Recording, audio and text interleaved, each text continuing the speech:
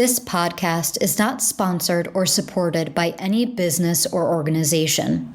The views reflected on these podcast episodes are my own. Please be aware I am not a medical expert, travel agent, or any other kind of expert. Hey everyone, welcome to the Eat, Explore, Love podcast. I'm Ashley. This podcast is based off of my blog of the same name, Eat, Explore, Love. It talks about the unique challenges in traveling around the world when you have celiac disease. Due to sort of popular demand, I decided to also record a podcast to delve a little deeper into my travels and the lessons learned along the way.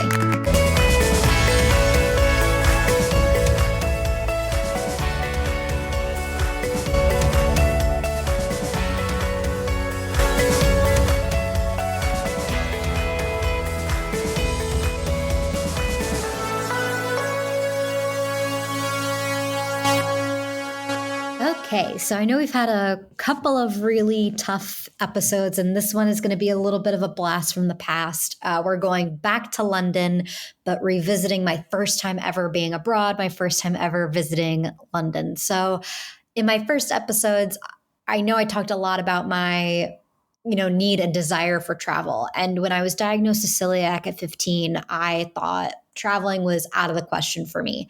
So I just didn't know how it applied out in the world. And I wasn't as good with the internet at 15 as I am now, which sounds crazy to say, but I grew up with the internet. So there were capabilities and things out there that it just wasn't the same.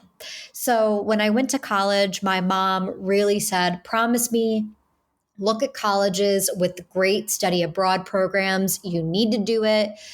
It was one of her requirements for me when I was looking at colleges, and I kind of blew her off, as most teenagers will. And again, I think a lot of it had to do with I felt so limited by my celiac and so uneducated in how the world dealt with someone with celiac that I just didn't think it was the right time to go. But once I got more comfortable and once I got to know my school and the programs a little bit more, I went to Hofstra University. And Hofstra doesn't have a lot of options for semester-long study abroad programs. But what they do have are kind of sessions that are in between. So they have summer sessions and they have winter sessions of study abroad programs. And in my mind, there were so many places I wanted to go to, but I felt like with having celiac, going to a place where I could speak English and others spoke English was a good place for me to start. And so I could feel out traveling with celiac. So I found a program in London during the month of January. So again, in a winter session, it was only going to be a month, and it was a theater program. So that is what got me into studying abroad. And I am so happy that I did it. And once I got a feel for that, I did other study abroad programs. I did one in Rome, which was fantastic. And we'll save those adventures for another time. But London, it was so incredible that I went, and it was the first time I had to confront traveling alone. I had to learn a lot about myself and a lot about how I would be in relation to other people. I always had a really difficult time making friends. And I thought as I matured and other people matured to where I was at, it would be easier to make friends. And that just hasn't been the case. It's just not my bowl of wax, so to speak, of having friends in the same way that you would see other people doing it. And I think celiac only further compounded it.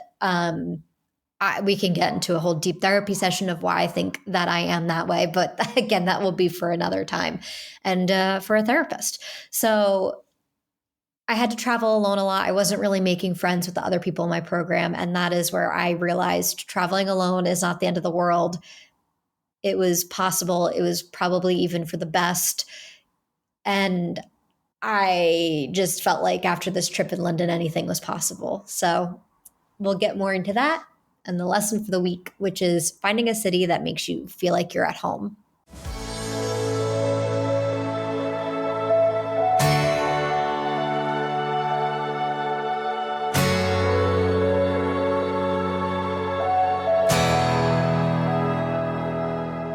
So my London, what I ate during that time period, it's a very short list because a lot of the places I ate to in my first trip to London has closed down since the pandemic. But Kensington Palace, when I went to go visit there, they had a little cafe that had a lot of little gluten-free cakes and snacks. So go check that out, see if they still have that.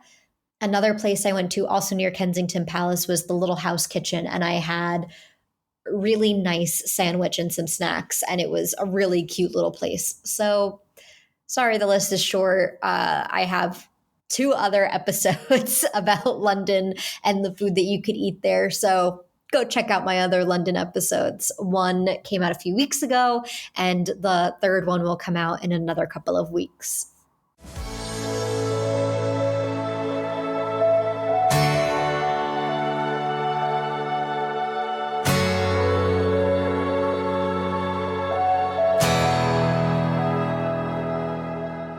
London is a bad habit one hates to lose.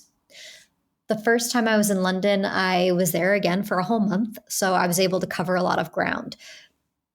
It was an amazing experience, and because it was a theater program, I got to visit a lot of theater-esque places, so hope you enjoy. I went to Big Ben and Westminster Abbey, which everybody must go and see.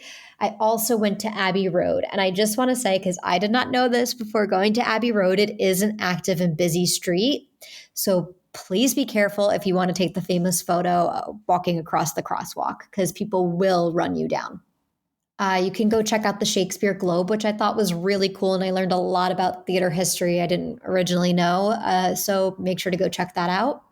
Brick Lane was probably my top recommendation to people if they ever were to go to London, because it's the one thing that you didn't really hear of at that time, and it's something different. There's this one area of London where you are able to do a lot of graffiti and artwork. So it's just, there's such beautiful art pieces. And I was studying there right around when Je suis Charlie happened. If you want to know more about that, it was a terrorist attack that happened in Paris at the time. And there was a lot of artwork, paying respects to what happened there.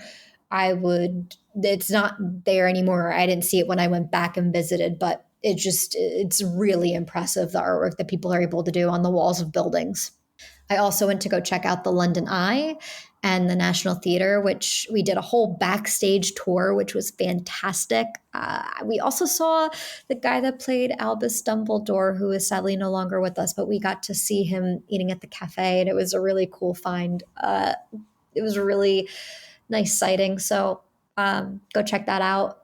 I mentioned that there were some food places around Kensington Palace, so obviously I went and checked that out. It was probably one of my favorite places to go and be in the city of London. And if I was there for an entire semester, it probably would have been the place I would have gone and hung out, on a weekend where I needed a quiet place to be and just read a book or do homework.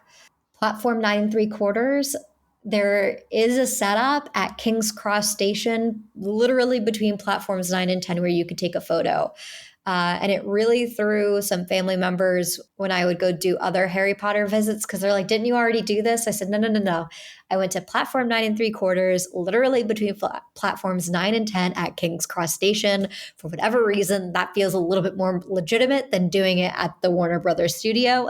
So go ahead and do that. And another cool place I went to was the Stables Market. It was a really cool place where you could do some thrift shopping. So I really liked that.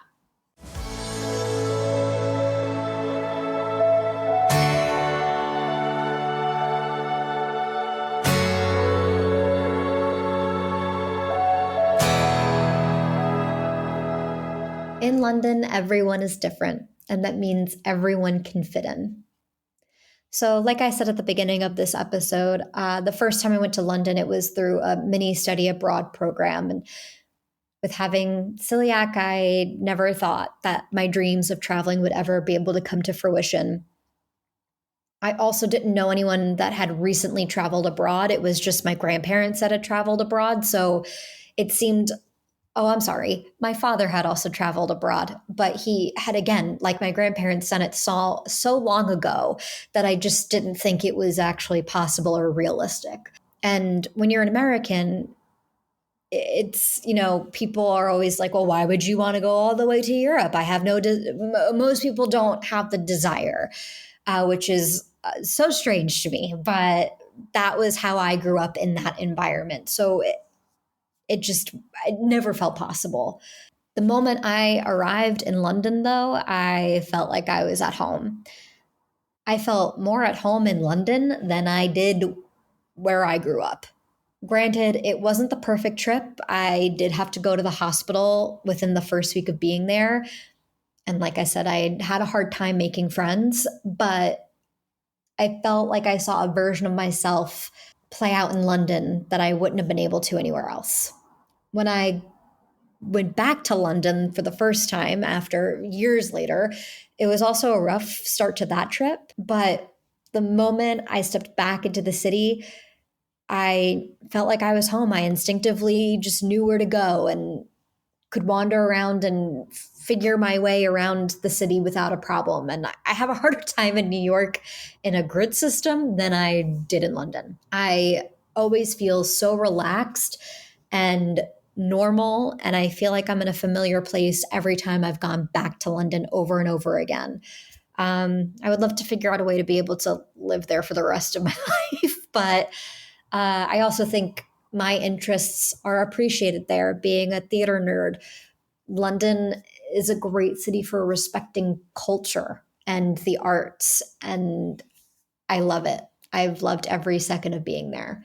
I think, talking about having celiac and studying abroad and what that means for someone, I would love to have more of an in-depth conversation about that on another podcast episode. So if anyone has any questions about studying abroad or how you make that decision and dealing with that with celiac, my sister studied abroad in Florence and had also an amazing experience. She also has celiac. It was also a concern for her.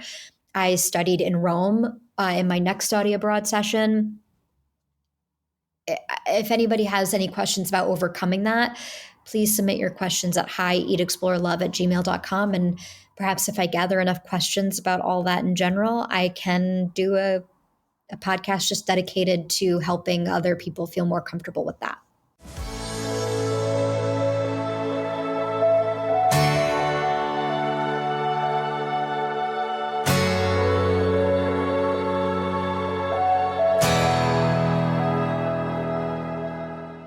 Time for the wrap-up questions. Do I feel London is safe for those with celiac? Yes, I do. Where was my favorite place to eat?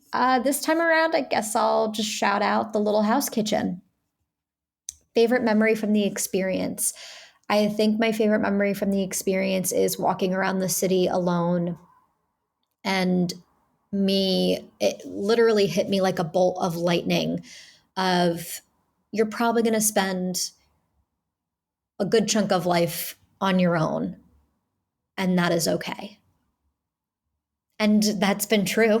I've spent most of my adult life by myself and traveling the world by myself. And the more I do it, the more okay I become with it. And I think it's that lightning bolt moment made it okay. I always thought that if you did things on your own, it was pathetic and you were a loser and all that other whatever negative connotations I thought went along with that. And that lightning bolt moment helped me overcome it.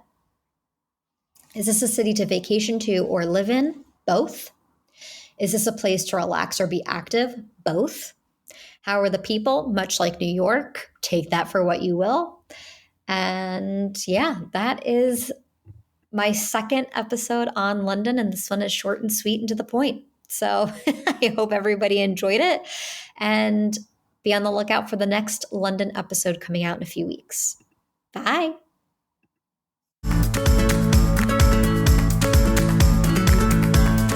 Thank you for joining me this week for all the fun journeys and lessons learned on my big adventure called life. For more information on the different cities discussed, check out the blog posts on hieatexplorelove.com, posted every Monday, Wednesday, and Friday. If you have any questions or fun stories to share, feel free to reach out at hieatexplorelove@gmail.com.